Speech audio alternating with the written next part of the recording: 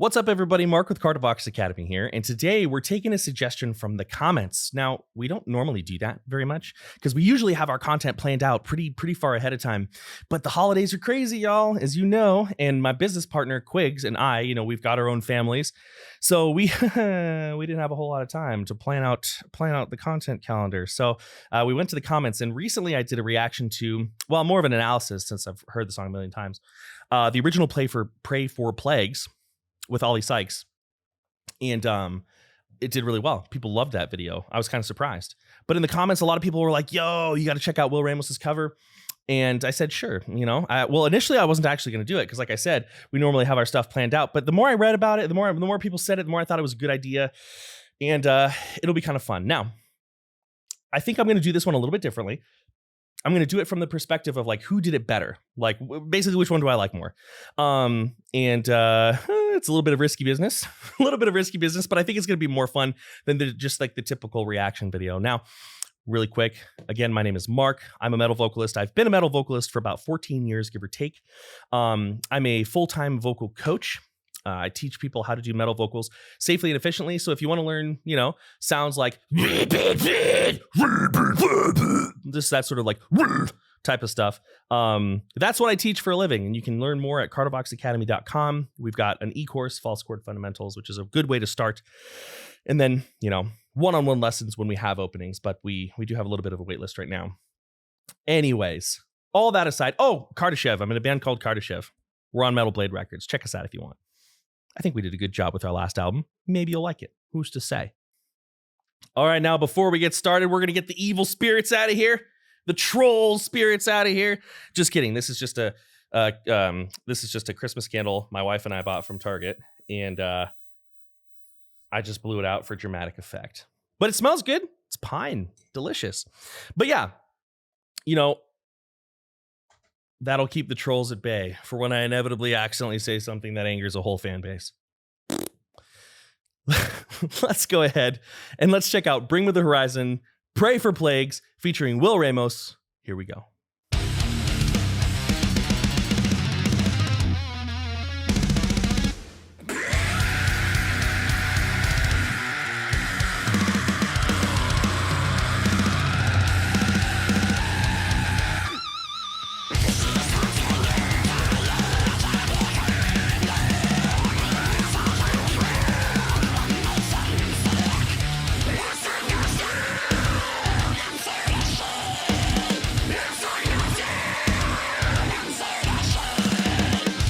So already, I mean, the first observation that we have here is we have like a much more modern style of deathcore vocal. And that's kind of the difficult thing about comparison, when you've got long periods of time, is that, deathcore vocals have different goals now than they did back in the day.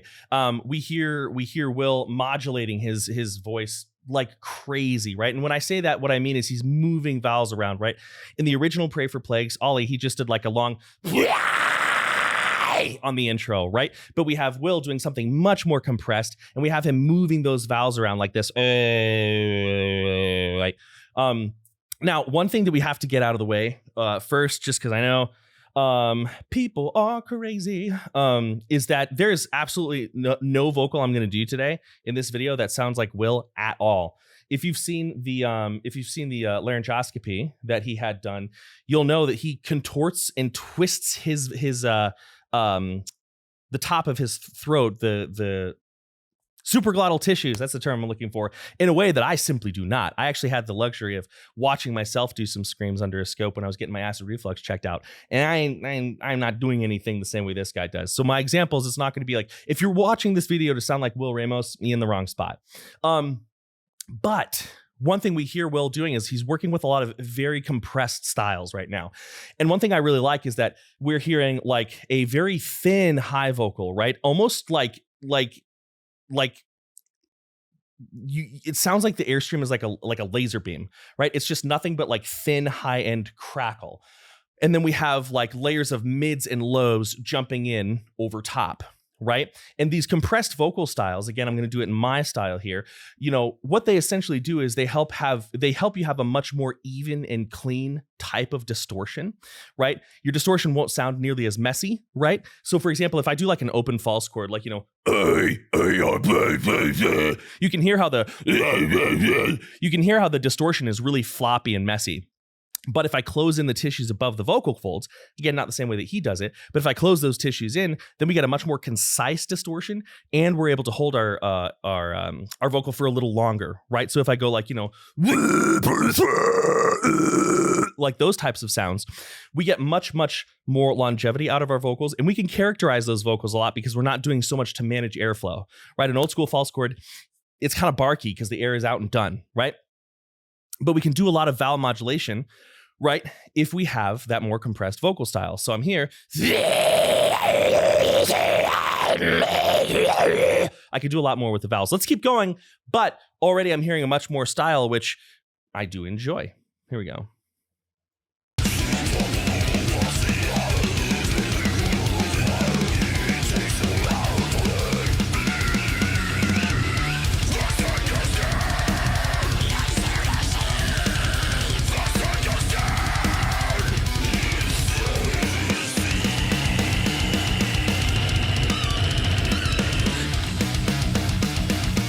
This is right before like the first main breakdown of the song. Another thing that we hear Will doing here is he's pulling in from other genres. Now, deathcore is kind of deathcore vocals. They're kind of I don't know how to say it. They're the Borg. In some ways, they're the Borg of metal vocals, right? Like you listen to like death metal, you listen to like progressive metal, and they don't really pull from other genres screaming very much. Whereas deathcore, it goes into the, metal vocal marketplace and they're like, that's cool, yoink, that's cool, yoink. I don't think that's a bad thing, right? So we have like some sort of like more like, it's kind of a funny genre term, but like brutal slamming death metal when he was doing that, like, pseudo pig squealy, like, that's closer, right? And that was a really cool sound to hear. I will say that if we were judging on intelligibility, which if you've watched the channel long enough, I don't care about that at all. Some people are like, oh, I can't even understand what they're saying. And I'm like, who cares? I would have to give the points to Oli over Will. With Will, it's very slurry right now. The vocals are very slurry, but they sound dope. And at the end of the day, like, listen, one thing that's important to know about me is I don't get very philosophical on the channel, but I'm an insufferable existentialist, and I'm painfully aware that everything we live by is social convention. So for me, when people get like really strong opinions, well, I only like, it's not good because you can't understand what they're saying. I don't care. If it sounds cool, it is cool. That's kind of my rule. I actually made a whole video on my thoughts about the argument you can't understand what they're saying. It's a little short form essay if you want to go check it out. It's a little bit of an old video. But I definitely think that Will is going about this less trying to redo what Oli did and more so trying to expose his vocal prowess on top of the song, which it could certainly be argued that that's the better way to do a cover. Try to be yourself versus someone else. Anyways, let's break stuff to this breakdown.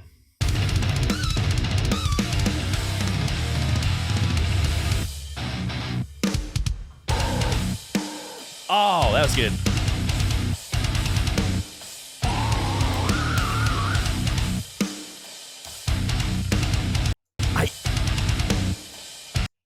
I'm going crazy here. Sorry, I got excited. I always thought it needed that. I'm so glad Will did that. I always thought that first, ba-na-na-na-na-na, needed a very angry, something like that. Oh, that sounded so sick. We're going to go back. That was so cool. Will, you did the thing. I've always thought this song needed that. How cool is that?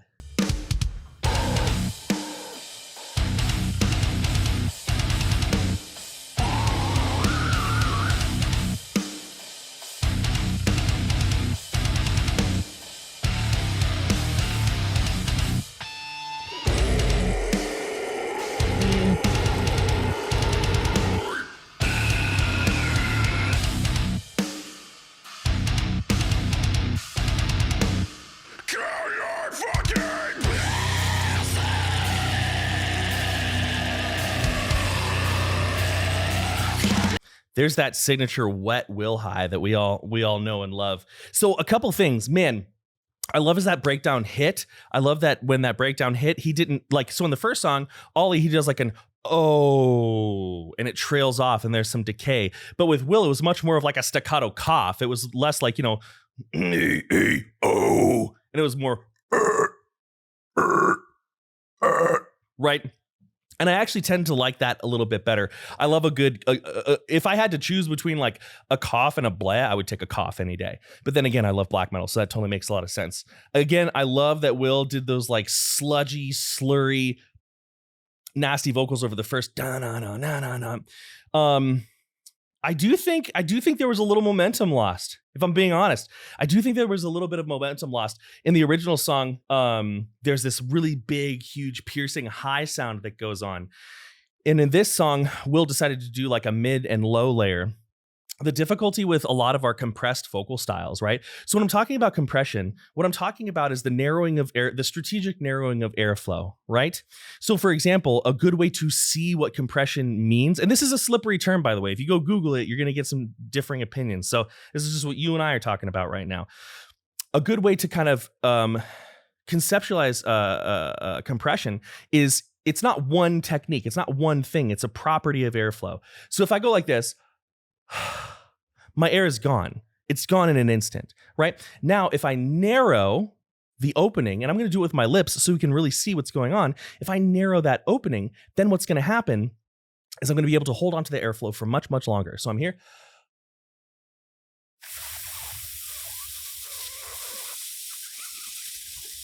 You get the idea. Not only that, but it gives me something to sort of lean against, right? There's resistance to the airflow, so I can activate my abdominal muscles a little bit more effectively, right? Now, this does a couple things for our scream. Number one, like I mentioned in the beginning of the video, it gives us more longevity, but it also gives us a more, I like to say, consolidated vocal tone, right? It's not like the loose slurry sound of like a traditional false chord. The downside is it requires, not even a downside, it's not a downside, but it's something that you have to manage when you're working with like hyper compressed vocal styles. And if you've seen the video that the Charismatic Voice put out, he brings the top tissues of his throat, the arytenoids together, and then torques it, twists it. So the aryepiglottic folds, you don't have to memorize all these terms. You can go see it, right? They're like vibrating against each other. And as far as I know, not really a lot of people are doing that. And what that does is that creates a really signature thin sound that we really like enjoy with Will's voice. What you have to mitigate with that is you have to create a lot of space in the mouth if you want it to have a low end, right? Otherwise, it sounds very like just like tearing a piece of paper. And not like, rounded, right? So like an example, again, not doing it like Will would do, right? An example would be like, very thin, not a lot of dimension to it. I'm going to do that same distortion, but I'm going to open my mouth. I'm going to curl my tongue a little bit, right? So I make the scream sound bigger in my mouth.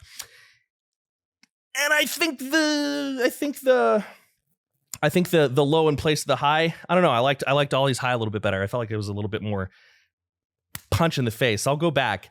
We'll listen to this breakdown again so you can kind of see what I mean. Love that cough.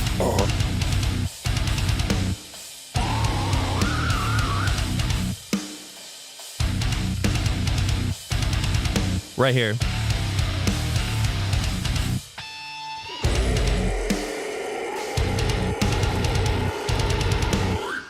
Yeah, points to Ollie on that one. Much love, Will. Much love. But the high vocal that was in the original Pray for Plagues, I think there was a little lack of momentum there. But let's keep going. Although that sounds sick as hell.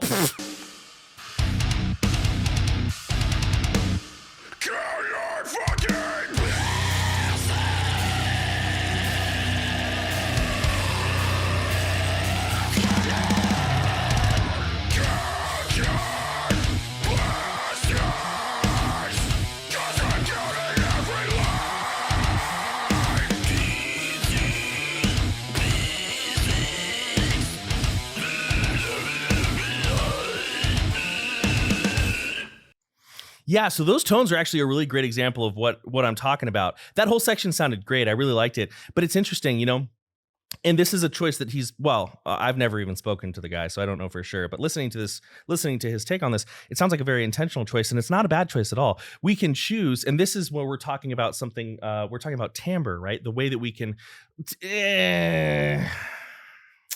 That may not be the best word for it, but that's the word I'm going to use. Timbre is essentially the way that we can make one note or pitch sound different, right? So I can sing this note, E, right? E. If you got perfect pitch, tell me which note that was in the comments, because I don't have perfect pitch. E. I can sing that note, or I can sing it E, E, E, right? Those are all different colors of the same note, right? We can do that with our metal vocals as well, like in the example I gave you before, the distortion.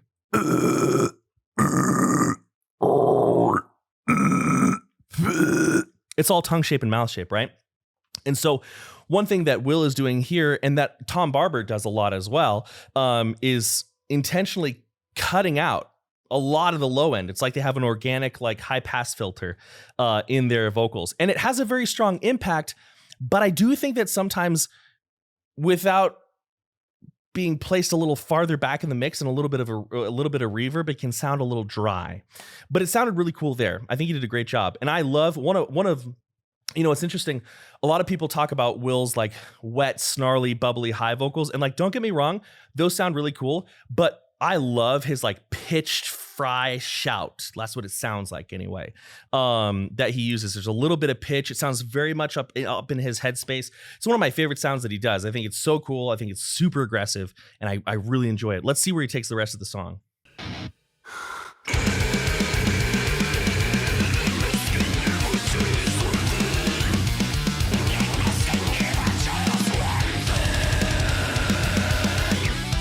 That was I know I'm stopping a lot, but I don't care. That was a really cool thing he just did. That was really neat. And I think this is an example of modern deathcore versus like old school deathcore, right? Again, I don't know if Will did this on purpose. Never had a conversation with him, but it sounds very intentional. And for a professional vocalist, I'm apt to think it's very intentional. He did a lot of vocals up in the front of the mouth, and then a lot of vocals high and more up in the middle, right? You can hear him shift his resonance. Not only does he shift this style of vocal, but he shifts where it's placed. And that is such a good way to add dynamics and contrast dynamics and contrast to your voice. So go ahead and listen to that. You're going to hear it in the front, and then you're going to hear it shift back.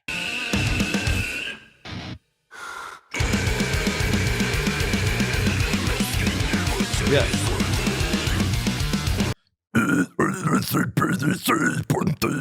Very much in the front of face. Right?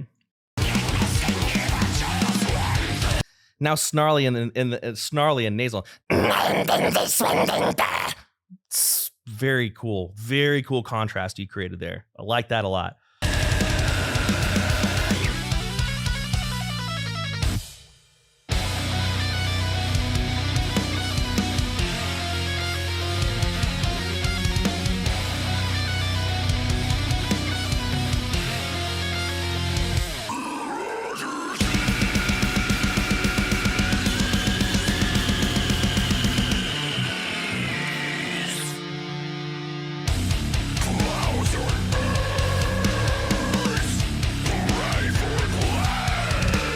Ooh.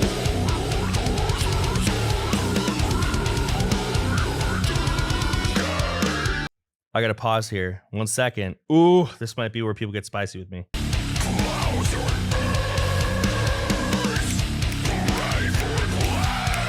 Yeah, right there. So I'm gonna point something out here.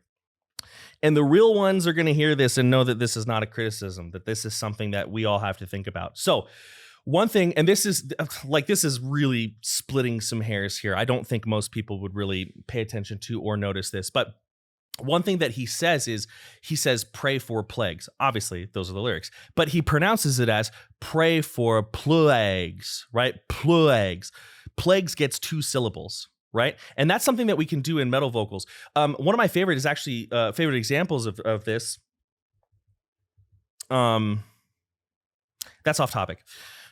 So one thing we can do, and one of my favorite things about being a metal vocalist and metal vocals in general, is that we can have a lot of freedom with how we pronounce words, right? We can make plagues have 2 syllables. Plagues. Why not, right? Who cares? We can make a word that has 4 syllables have 1. Who cares? It's our song. It's our music. We can do what we want. However, when we are adding syllables, one thing to think about is the fact that it can make it sound like, this is the key here, for y'all, throw your keyboards, it can make it sound like we're off time, right?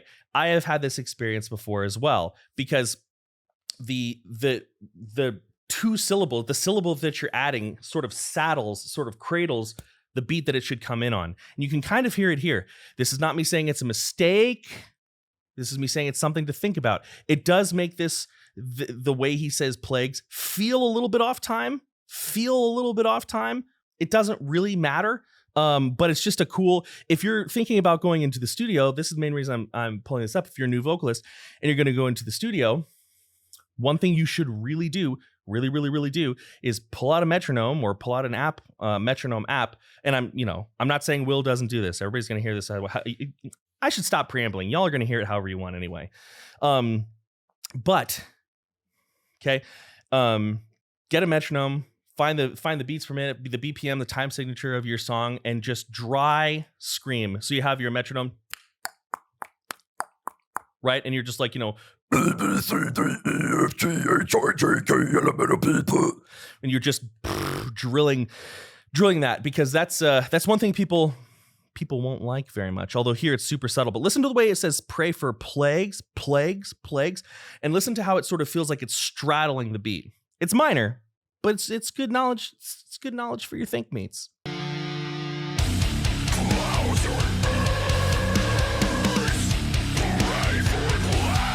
Yeah.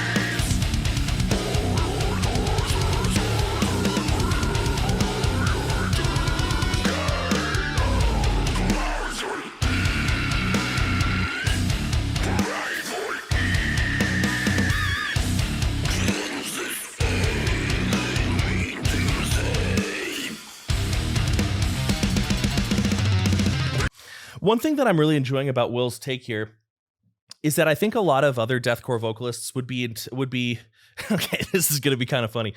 I think that a lot of other deathcore vocalists would be tempted to make this really gratuitous, to like lay it on thick. And while Will certainly is not holding back on being a deathcore vocalist, right? He's not toning down the deathcore-ness. He's also not cranking it to 11, right? A lot of his techniques and a lot of his acrobatics here, they feel they're tasteful, right? Now, if anybody's sitting out there and they don't like deathcore vocals, they're going to be like, oh no, there's so much going on. But listen, sometimes you just don't like a type of food. Doesn't mean the people who do like it are wrong. It just means you don't like that type of food, right? And Will's performance here as somebody who, my whole career, kind of not as I expected, right? But my whole career has become deathcore vocals in some fashion. Will's take here is very tasteful. It's not too over the top. He's doing a lot. He's showing his his skills, but he's not laying it on too thick. And I'm really, really enjoying it. One of my favorite songs, parts of Pray for Plagues, is actually coming up. So I'm very excited to hear. It's like almost like a 2-step part. I really enjoy it. I'm really excited to hear his take.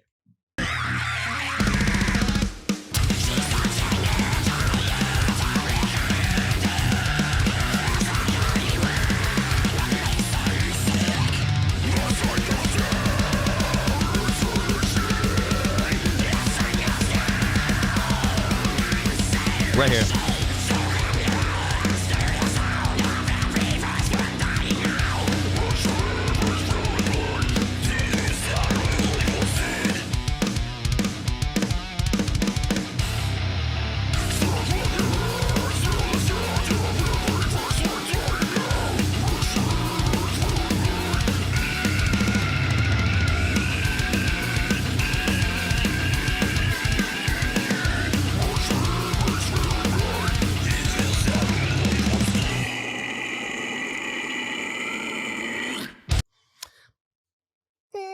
So let's talk about some of the sounds that he was doing, because they were really, really, really cool. So well, I'll get this part out of the way first. Y'all saw me go, right? Listen, the talent, I don't need to say how talented he is. We all freaking know that, right? it just felt it felt a little weird going super slammy on like a two-step part. That like pitched roaring shout that he does, I think would have sounded really good there. But hey, this is his song and he's doing what he wants, right? And the vocals that he did choose to do were still expertly executed and sounded really, really cool, right? So let's go ahead and talk about it, right?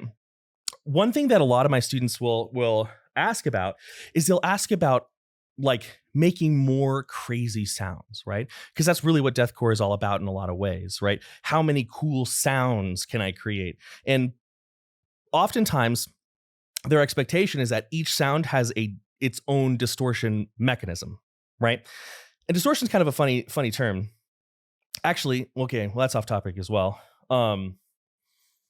Anyway, distortion is kind of a funky term, but I'm just going to kind of roll with it here. There's this expectation that pig squeals have this like their own type of distortion, and tunnel throats have their own type of distortion, and gutturals have their own type of distortion. Not really the case, right? It is true that certain vocal techniques tend to sound better, right, with certain vocal styles. Like my personal opinion, based on nothing but, my personal opinion is that pig squeals tend to sound better with fry vocals. They just sound more piercing, more whistly. That doesn't mean you have to do them that way. But what I'm getting at here is that you can do a lot of stuff with one method of distortion, right? So I kind of did a little bit earlier in the video, but the way that I do the majority of my distortion, right, is I have like a false chord vocal, right? A, I, hey, and then I gently bring the arytenoids together. And my epiglottis does tilt back a little bit. If you're not sure what the epiglottis is, it's basically a trap door that's like underneath the base of your tongue that covers your airway when you swallow so you don't choke, right? And the other tissues help with that as well. But I've seen it under a microscope, or not a microscope. I've seen it under a laryngoscope, maybe the tool would be called. So I know exactly what I'm doing. My arytenoids come together. My epiglottis tilts back a little bit. It was actually kind of hard. She had to like move around the epiglottis to be able to see what was going on beneath it. But basically it takes this false chord, which is a cool sound, but hard to do a lot of different things with, and turns it into more of a, like I add like a ha, like a little, like I'm doing false chord, but it's like I'm Kermit the Frog doing false chord, and that turns it into right? And with that, you can create a lot of different sounds by thinking about A, where your tongue is, right? Not just curled up and down, but also in like Z space, forward and back.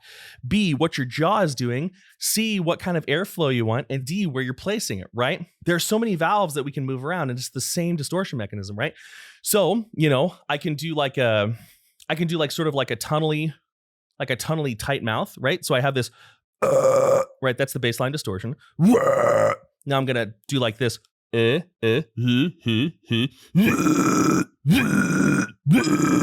Curl it up.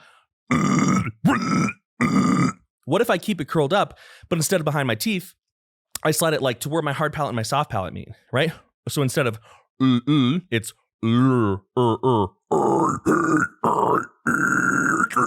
right? What if I think about making it a little bit more nasally, right? Right? You can even shout with it. You can lean into it with like a, hey, right? It's all the same type of distortion, but you are delivering it through different like mouth filters. And that's a lot of what I heard going on with Will here. He had one or two distortion mechanisms or methods of generating distortion, and he was doing crazy cool stuff with the shape of his mouth, the embouchure, the shape of the lips, the posture of the tongue, all this cool stuff. So that's a lot of talking just to say, if you're frustrated with how many noises you can make, maybe think less about the type of distortion you're making and think more about the tongue, the jaw, the lips, the soft palate, all this stuff. Let's keep going. Actually, I'm going to go back like to here. Nah, let's go back to here.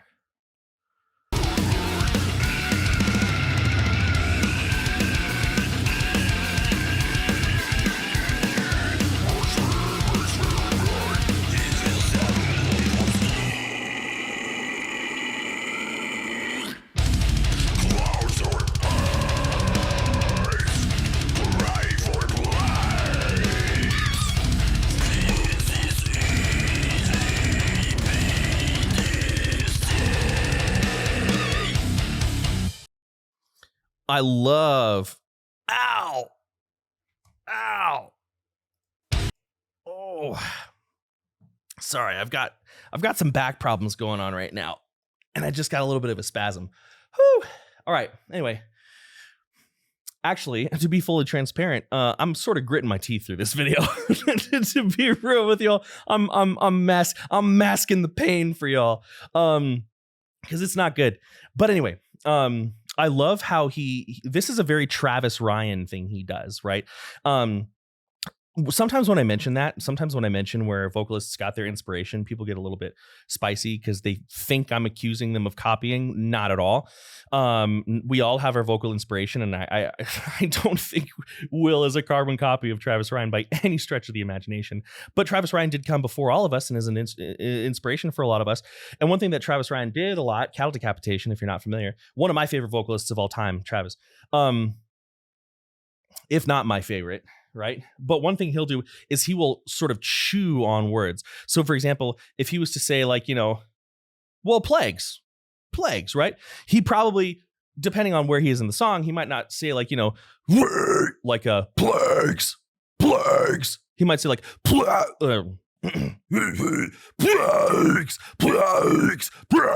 There we go. Plagues. Sort of like closing the cave. On this earth, right? So really, really, really good use of that, like progressively closing aperture to sort of create like this swallowed sound that's still very strong and forward. I think it sounded really, really cool. Yeah,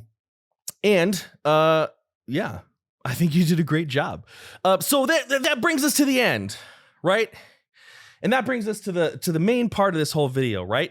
We analyzed a little bit more of the vocal technique. Now, here in this video, I didn't go as in-depth on technique as I normally do because I wanted to try something a little bit different, like a who did it better type of thing. But if you want some in-depth analyses of Will Ramos's voice, I have a lot of those on the channel. I have a response video or an observations video on the video that the Charismatic Voice did, where they put the scope down his throat. I think I did to the Hellfire. I did another one. So there's plenty of Will Ramos on the channel to keep you satiated. But who do I think did it better? This is always a tough question because it depends on the basis of our value judgment here. I think that based on modern deathcore expectations, Will did it way better. And again, we know that Will's technique is perfectly healthy, and we also know that Oli's technique is not. So there's not really, I'm not really going to base my judgment on that. But I will say that if we're just looking at it like, okay, what do deathcore vocals attempt to do? What do they attempt to do? And did he do the thing, right? Acrobatics, exposition. I think Will nailed it. I think Will nailed it in some parts. I do feel like there are a couple spots where maybe he was focused on putting his own take on it too much, and it maybe took away some of the punch of certain breakdowns or certain sections of where the song really hits hard. But at the end of the day, that's nothing but opinion there. I will say that as I continue to listen to this song, I'm probably still going to listen to the original because I'm a sucker for nostalgia, y'all. I'm a sucker for nostalgia. Like, sure, there are a lot of beautiful, awesome 3D video games out there, but half the time I'm playing shit that's 20 years old. So when it comes to like what I'm going to spin more frequently, it's probably going to be the original. But there was a lot of really impressive stuff in Will's take of Pray for Plagues here. And I think it was I talked about how in some spots, I think he kind of took the momentum out. There were a lot of spots where he put the momentum back in. Like, I love those pitch shouts. I would have loved to hear some more of them because I think he does them pretty well. When it comes to like those pitched mid shouts, my usual go-to is Joe Bad from Fit for an Autopsy as being like cream of the crop. But I think Will's really contested that. Really contested that. So yeah, I'm going to give the points to Will. I'm going to say Will did it best because deathcore in its current landscape, this is what you want. This is what we're going for. But as for what I'm going to spin, it's the original. But it has nothing to do with Will. It has to do with everything that I'm stuck in the past. The future is now, old man. Get over it. I can't. Anyways. If you enjoyed the content, I certainly enjoyed this video. It was fun to do something kind of different. It was fun to listen more for fun than for analysis. But if you enjoyed the content, please be sure to like, share, and subscribe. It means a lot to watch the channel grow. If you're interested in starting your metal vocal journey, you check out cardavoxacademy.com for lesson info. I have helped a lot of people make leaps and bounds in their metal vocal journey. Now, the key is that it's a journey. You're not going to take 2 lessons with me and be Will Ramos. It takes time. It's long. It's arduous. It's a grind. But I can help you get there, and I can keep you motivated through that grind. Or you can check out our e-course, False Chord Fundamentals. It's not going to teach you how to make crazy cool Will Ramos sounds, but it is going to teach you how to build a relationship, a mind-body relationship with your voice so that you understand what it means to relax while creating distortion, what it means to actually use your breath support versus like breathe through your diaphragm and then you're done, like actual exercises to help you build that framework. You can check that out as well. And that's it. That's all I got for you. I really appreciate you all. Watching this video. I hope you enjoyed it. A little nervous to see what the comments have to say, but also kind of excited because sometimes spicy comments are really funny. I don't know. But that's it for me. Thank you all for your time. Many thanks. Much love. Night.